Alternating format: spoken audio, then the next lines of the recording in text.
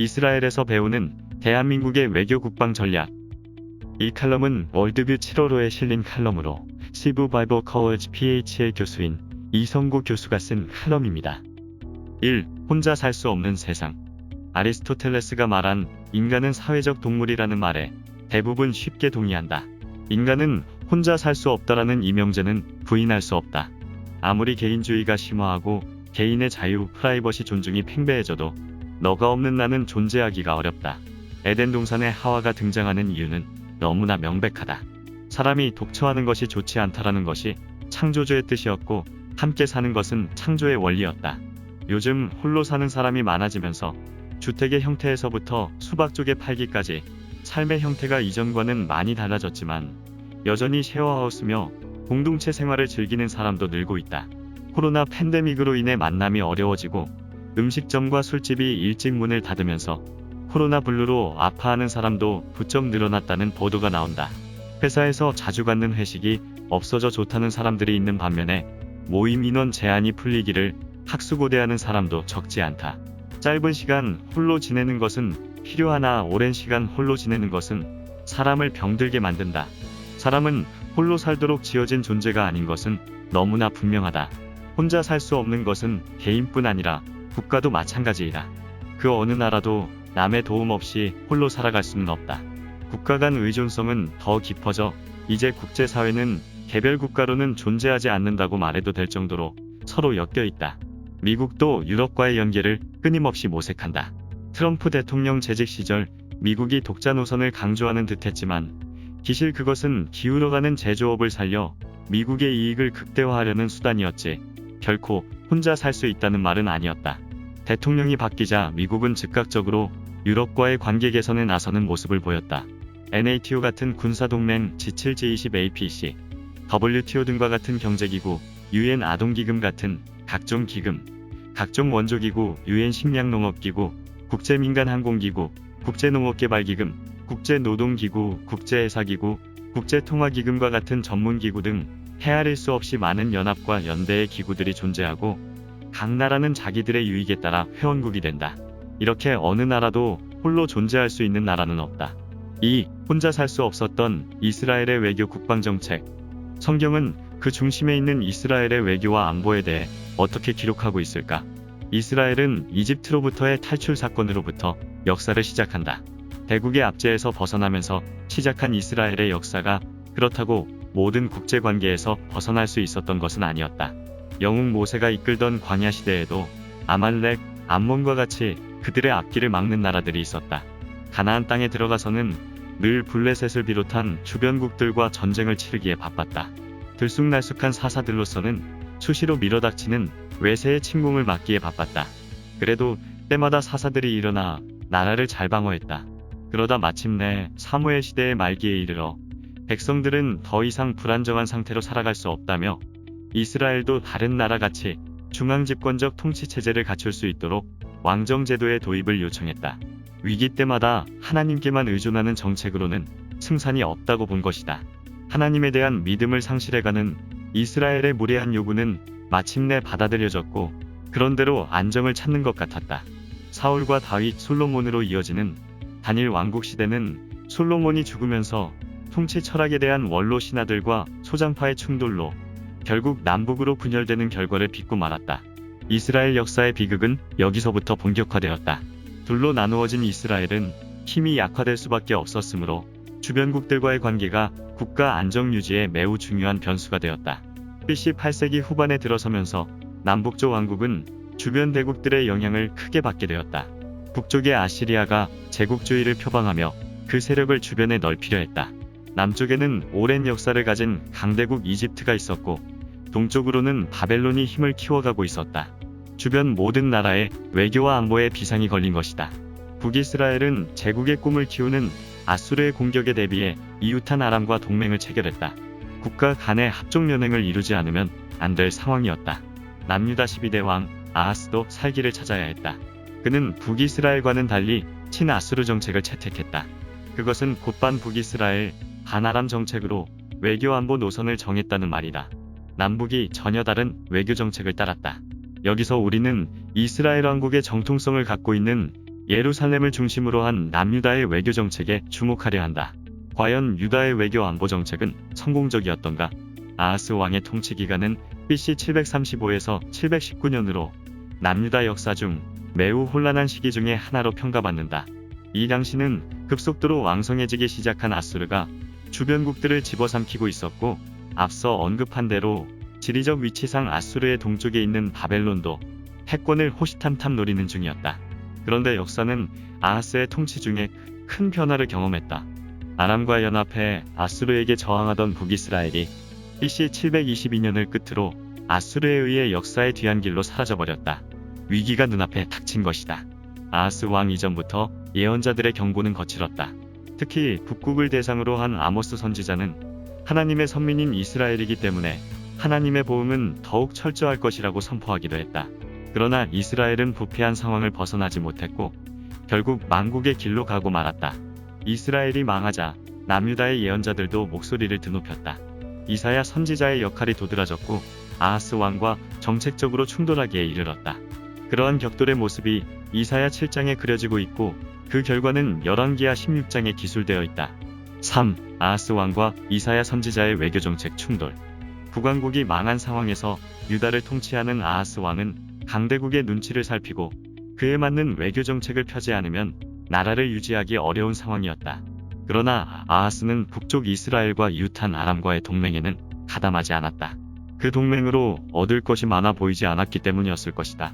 북이스라엘 중심의 반아수르 연합에 가담하지 않자 아람의 르신 왕과 북이스라엘의 베가 왕이 함께 유다를 공격해왔다. 아하스는 다행스럽게도 이 공격을 물리쳤다. 그러나 반아수르 동맹국이 그냥 있을 리 없었고 동맹이 강화되었다는 소식이 들리자 아하스 왕의 마음이 흔들리기 시작했다. 자신이 살기를 찾지 않으면 안 되었다. 반아수르 동맹에 가담하든지 아니면 다른 동맹국을 찾든지 해야 했다. 그는 더 큰 힘을 끌어들일 계획을 세웠다. 아수르의 힘을 빌리는 것이 최상의 방법이라는 결론을 얻었다. 이러한 왕의 마음에 있는 계획을 하나님을 통해 파악한 이사야는 아하스 왕에게 다른 나라를 의지할 생각을 하지 말 것을 종용했다. 아무리 아람과 북이스라엘이 동맹을 철저하게 맺었다고 해도 그들은 연기나는 부부직갱이 그루터기에 불과하니 두려워하지 말라고 안심시켰다. 그들은 결코 유다를 이길 수 없을 것이니 아수르의 도움을 청하지 말라는 청원이었다. 그러나 아하스는 자신의 계획을 바꿀 생각이 없었다.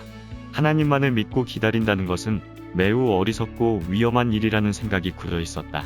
그는 아수르와의 동맹을 최고의 정책이라고 믿었다. 이사야 선지자는 마지막 호소를 하기에 이른다. 그는 아하스 왕에게 구약에서 가장 널리 알려진 구절 중 하나인 처녀가 잉태하여 아들을 낳을 것이라라는 이사야 7장 14절의 말씀을 들려주며 하나님의 보호하심을 믿을 것을 호소했다. 그러나 소용이 없었다. 아하스는 자신의 외교 정책을 바꿀 생각이 없었고 그대로 밀어붙였다. 물론 결과는 비참했다. 나는 왕의 신복이요 왕의 아들이라. 이제 아람 왕과 이스라엘 왕이 나를 치니 청하건대 올라와 그 손에서 나를 구원하소서. 아하스 왕은 비굴할 만큼 저자세로 아수르 왕 티글랏 빌레셀에게 도움을 청해 위기를 넘기는 것 같았다. 그러나 그 다음이 문제였다. 성전과 왕실 곳간의 은금을 아수르 왕에게 예물로 보내야 했다. 그뿐 아니었다. 아람을 점령한 아수르 왕의 비위를 맞추고자 이방의 땅 아람의 다메섹까지 아하스 왕이 직접 올라가 티글랏 빌레셀을 아련하고 그곳에 있는 제단의 구조와 제도의 양식을 그려 제사장 우리아에게 보내 아수르의 우상을 만들고 숭배하도록 하는 부끄러운 모습을 역사에 남기고 말았다. 아수르로 인해 패망하는 일은 없었으나 이런 우상 숭배를 하나님의 성전 안에서 진행함으로 하나님의 분노를 사는 왕이 되고 만 것이었다. 이러한 외교 정책에 대해 이사야가 전한 하나님의 뜻은 명백했다. 첫째, 일련의 사태는 하나님의 세계 경영 틀 안에서 이루어지고 있으니 염려하지 말라는 것이고, 둘째, 친아수르 정책 철회를 촉구했다. 제국주의 깃발을 지켜든 아수르와 동맹을 맺는 외교 정책은 결국 실패라는 것이다. 그러나 아하스는 끝내 친아수르 외교 정책을 고집하고 집행했다. 이에 아수르는 제국주의 속셈을 숨긴 채 곧바로 아람과 북이스라엘을 침략 멸망시켰다. 그 결과 유다는 자연스럽게 아수르의 종속국이 되고 말았다.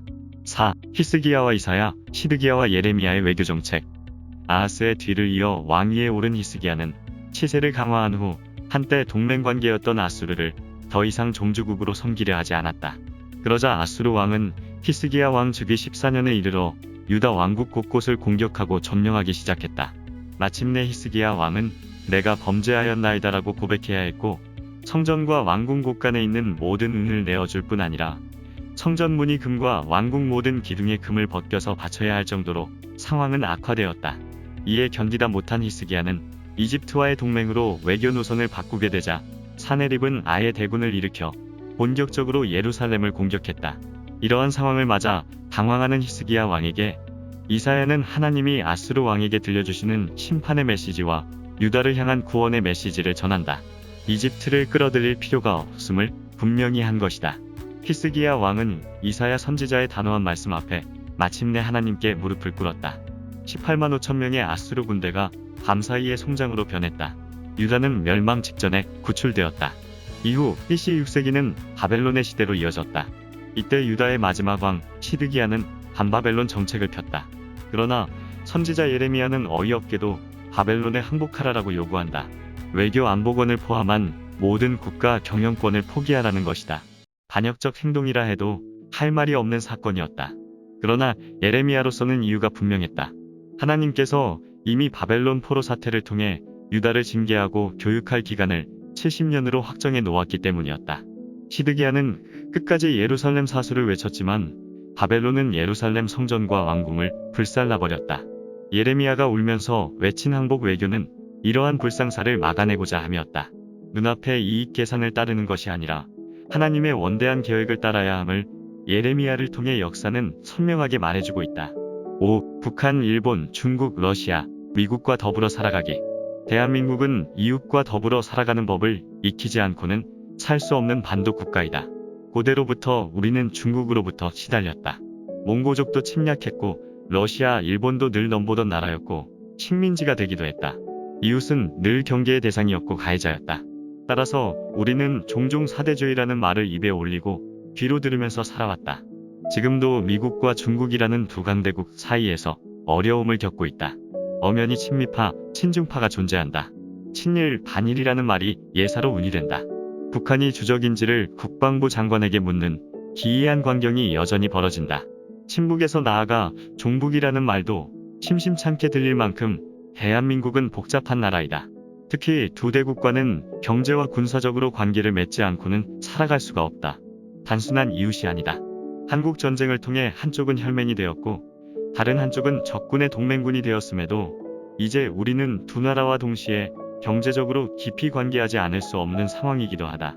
친북 반북, 친일 반일, 친중 반중, 친미 반미, 칠러 발러. 우리는 어떻게 살아가야 하는가? 누구와 어떤 관계를 맺어야 정체성을 바르게 할 수 있으며 나아가 우리에게 유리할 것인가?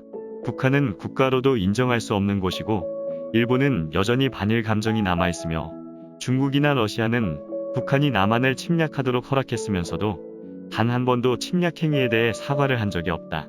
수만 명의 젊은이가 한반도에서 피를 흘렸지만 그 와중에 미국에 대해 여전히 앙금이 남아있는 사람들도 있다. 이 잔혹한 역사의 현장을 가진 대한민국에 남겨진 과제는 어떻게 풀어가야 하는가? 성경은 이사야 선지자를 통해 오늘 우리에게 그 어떤 나라도 의지하지 말 것을 분명히 하고 있음을 알 수 있다. 눈에 보이는 실제적 도움을 줄 수 있는 동맹이 필요한 현실이기는 하지만 모두가 언제라도 자신의 유익을 위해서는 남에게 냉정해질 수 있는 것이 여전히 변함없는 진리가 아닌가. 모두를 이웃으로 삼아야 하는 것이 성경 전체의 교훈이라면 그런 넓은 가슴을 가진 개인이나 국가가 될 수 있는 길은 여호와의 열심히 자기 백성에게 복을 주실 것을 믿고 이웃을 의지의 대상으로 삼는 경향을 멈출 수 있어야 한다. 역사의 궁극적 주인이신 하나님 때문에 가능한 자강론이라고나 할까.